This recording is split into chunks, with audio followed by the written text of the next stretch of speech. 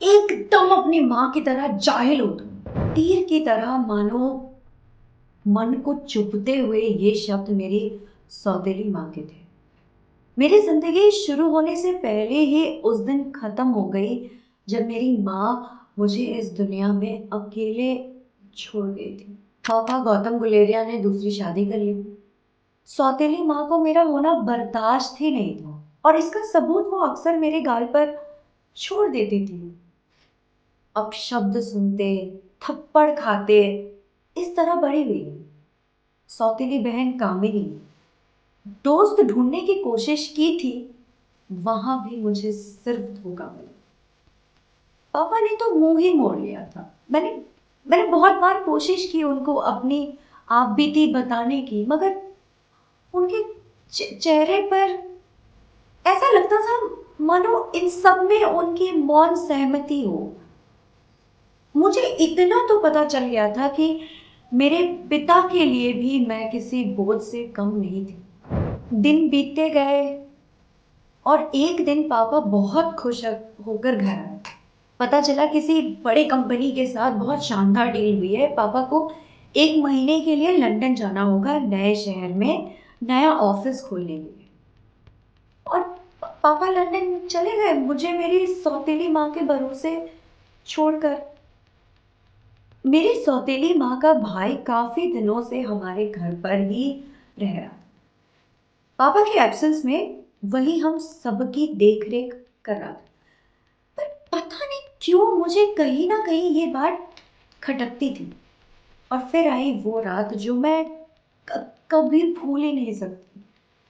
मेरे दरवाजे पर जोर से दस्तक। दरवाजा खोला तो सामने वही खड़ा था, नशे में चूर, अस्त व्यस्त। इससे पहले कि मैं दरवाजा बंद कर पाती उसने मेरा हाथ जोर से पकड़कर अपनी तरफ खींचा। घबराई हुई, बौखलाई हुई सी मैं चिल्लाने लगी, मगर किसी ने मेरी एक ना सुनी। अपने आप को छुड़ाने की कोशिश में मेरे हाथ में कब फूलदान आ गया मुझे पता ही नहीं चला और मैंने वो उसके सर पे दे मारा। लड़खड़ाता हुआ वो गिर पड़ा। अपने आप को बचाने के लिए मैं कमरे से निकलकर बाहर गई। इतने में मेरी सौतेली माँ जाने कहां से आ गई और जोर जोर से चिल्लाने लगी, कोई पुलिस को बुलाओ, कोई पुलिस को बुलाओ, इस लड़की ने मेरे भाई को मार डाला। बचने का और कोई रास्ता नहीं दिख रहा था, इसीलिए मैं घर से भाग गई। नंगे पैर, ना फोन, ना पैसा, ना बैग, ना कुछ और। बस भागती गई और भागते भागते शहर से दूर एक ढाबे पर आ पहुंची। पैसों के नाम पर बस हाथ में पहनी एक चांदी की अंगूठी थी।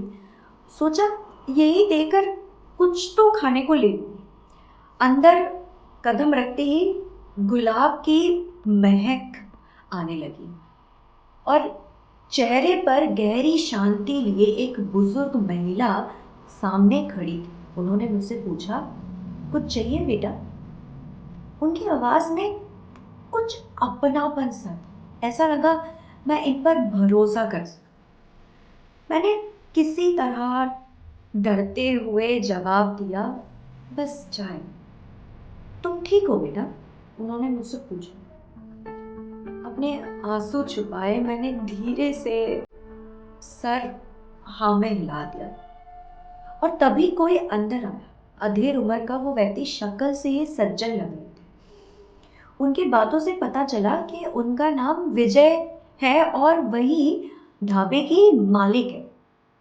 और जिन्होंने मुझे चाय दी थी वो उनकी पत्नी सुलेखा।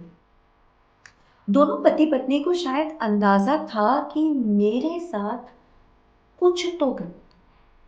सुलेखा आंटी ने अपने पति को इशारे से कुछ कहा और फिर मेरे पास आकर बैठ गई।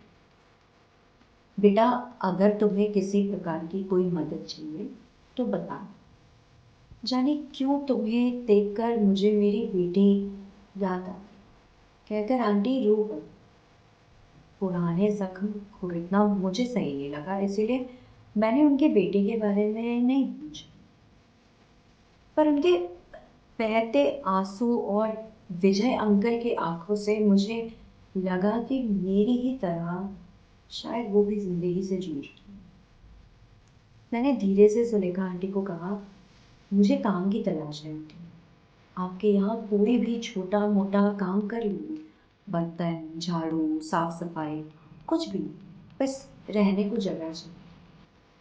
और इस तरह शहर से सबसे अमीर व्यापारी गौतम गुलेरिया की बड़ी बेटी मैं एक ढाबे में काम कर, सच बताऊं तो ये ढाबा मेरे लिए किसी जन्नत से कम नहीं, क्योंकि यहाँ मैं आज़ाद थी, अपने मर्जी की मालिक।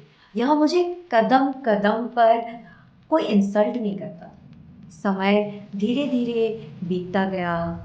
विजय अंकल और सुलेखा आंटी मेरी नए जिंदगी का हिस्सा बन गए।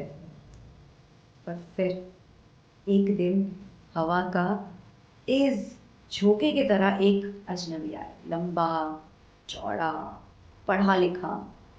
उसको देखकर साफ पता चलता था कि वो किसी ढाबे की चाय नहीं, 5 स्टार रेस्टोरेंट की कॉफी पीता होगा। बैठ के उसने मुझे इशारे से बुलाया और एक कप चाय और आलू के पराठे लाने को कहा।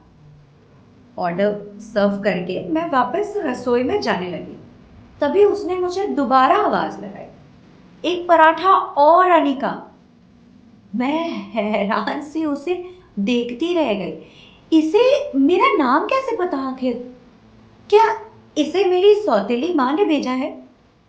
शायद उसे भी समझ आ गया कि मैं परेशान हूँ। तभी वो बोला कि वो आंटी ने अभी तुम्हें आवाज लगाई थी, तब अनिका ही बोला। मैं भी पता नहीं क्या सोचने लगती हूँ। चैन की सांस लेती हुई मैं रसोई की तरफ चल पड़ी। सुलेखा आंटी से पता चला उसका नाम रोहित मारवा है और वो सच में बेहद अमीर घर का लड़का है। रुपए पैसे नौकर गाड़ी किसी चीज की कोई कमी नहीं, पर इतना सब होते हुए भी वो एकदम डाउन टू अर्थ है। आंटी ने बताया रोहित अक्सर यहाँ आलू के पराठे खाने और चाय पीने आता है। शहर से दूर, भीड़ से दूर, उसे यहाँ की शांति पसंद आती होगी शायद। धीरे धीरे हमारी बातचीत बढ़ने लगी। पता चला रोहित को भी किताबें पढ़ने का शौक है। बस फिर क्या, हम अक्सर अपनी फेवरेट कहानियों पर डिस्कशन करते थे। रोहित ने मुझे कई किताबें लाकर दी जो मेरे वक्त काटने का सहारा बन गया। कभी हम गालिब के शेर सुनते सुनाते थे, कभी विक्रम सेठ की नई पोम्स साथ में बैठकर पढ़ते थे। जाने रोहित से एक धागा सा जुड़ गया।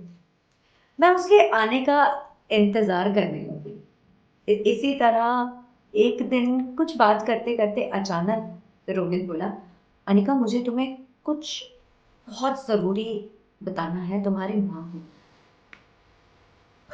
ऐसा लगा मानो मेरे दिल की धड़कनें रुक गई। मेरी माँ? लेकिन मैं उससे कुछ पूछ पाती उससे पहले रोहित को कोई बहुत इंपॉर्टेंट कॉल आ गया और वो उसे तुरंत जाना पड़ा।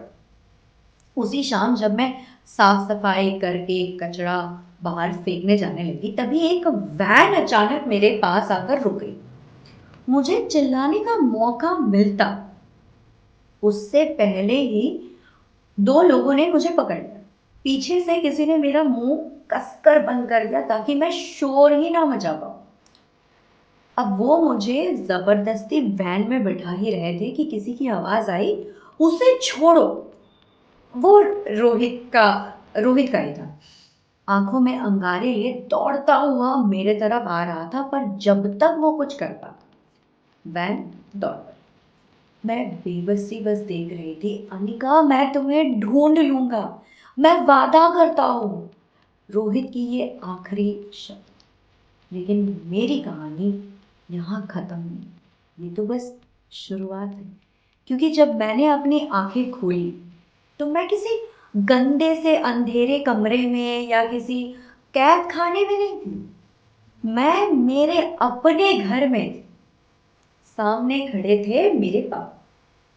ये सब तुम्हारे माँ से शुरू हुआ है अनिका। ना उसने मुझे तकलीफ देने में कोई कसर छोड़ी और ना तुमने। तुम अपनी माँ को जैसा समझती हो वो उससे बहुत अलग थी। इतना कहकर मेरे पापा वहां से चले। मैं अपने ही कमरे में कैद हो चुकी थी और इस तरह मैं अपने पुराने जिंदगी में वापस लौट आई। वही सोने का पिंजरा, वही छटपटाहट, वही घुटन फिर से। बस मुझे ये समझ नहीं आ रहा था आखिर पापा को जब मैं बोझ लगती हूँ तो उन्होंने मुझे वापस ढूंढा ही क्यों?